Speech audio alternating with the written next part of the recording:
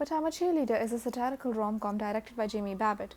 The film's protagonist, Megan, is a closeted cheerleader who's sent to conversion camp by her boyfriend, her friends, and her family after they suspect her of being a lesbian due to the vulva-esque motifs in her bedroom, the posters of women in her locker, and the fact that she does not enjoy kissing her boyfriend. In the camp, Megan meets many other high school students who are also struggling with the sexuality. In the camp, they have to perform and pass a series of tests and exercises which conform to traditional gender roles like cooking and cleaning for the girls and fixing cars for the boys. Throughout the film, Megan becomes more comfortable with her sexuality and also falls for one of her peers. In this video, I will look at the film through a neo-Marxist lens. I will first look at the cinematography and the mise-en-scène of the film, as they not only contribute to the neo-Marxist analysis, but also help push forward the themes of the film. The film primarily utilizes close-ups and medium close-ups, especially during scenes of internal struggle or moments of self-discovery. It uses over-the-shoulder shots to show the dynamic between characters. It uses long shots sparingly but strategically to set the scene, showcasing the brightly colored artificial environment of the conversion camp. It also uses a bright saturated color palette to enhance the surreal, fake feeling at the conversion camp. Now we look at an example of a following POV shot. Okay, rise and shine at 7, breakfast at 8, group therapy until lunch. Now in the afternoon we have free time to do, whatever.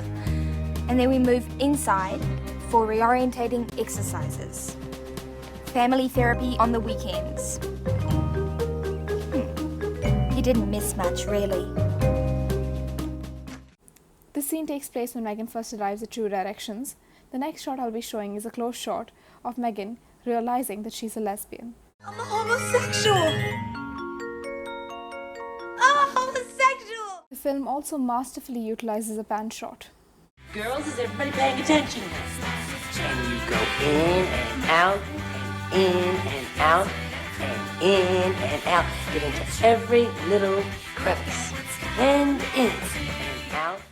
The mise-en-scène of But I'm a Cheerleader plays a pivotal role in underscoring the film's themes and reinforcing its critique of heteronormative structures.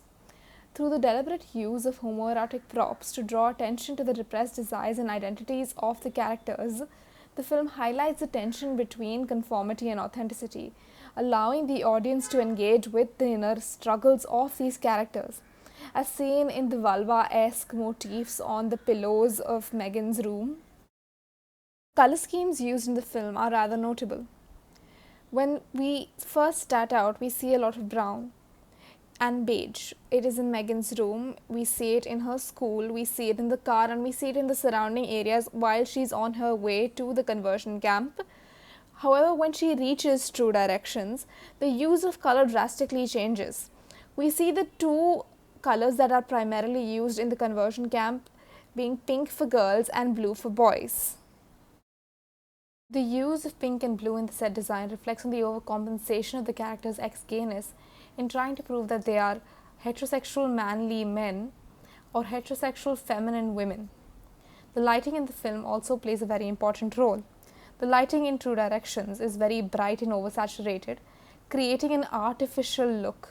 This is also seen through the fact that as the movie progresses, the set becomes more artificial looking until the end, where the graduation ceremony, even their clothes are made of plastic.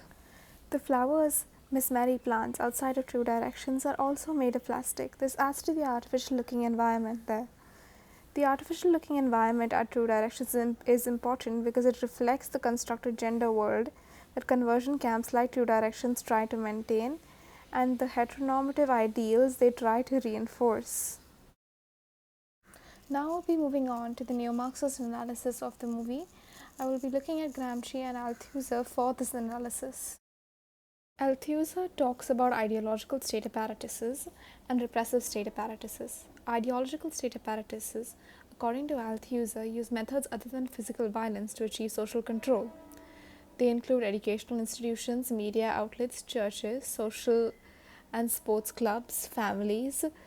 The True Direction camp itself is an ideological state apparatus. Repressive state apparatuses, on the other hand, achieve control through violence. They include institutions like prisons. This is seen in the movie when Megan comes across two of the boys at True Directions kissing in the night. She reports it to Mike, who reports it to Mary, and one of them is kicked out of the camp, and one of them is put in solitary confinement, as Miss Mary put it, in the doghouse. Gramsci is best known for his theory of cultural hegemony, which describes how the state and the ruling classes use cultural institutions to maintain wealth and power.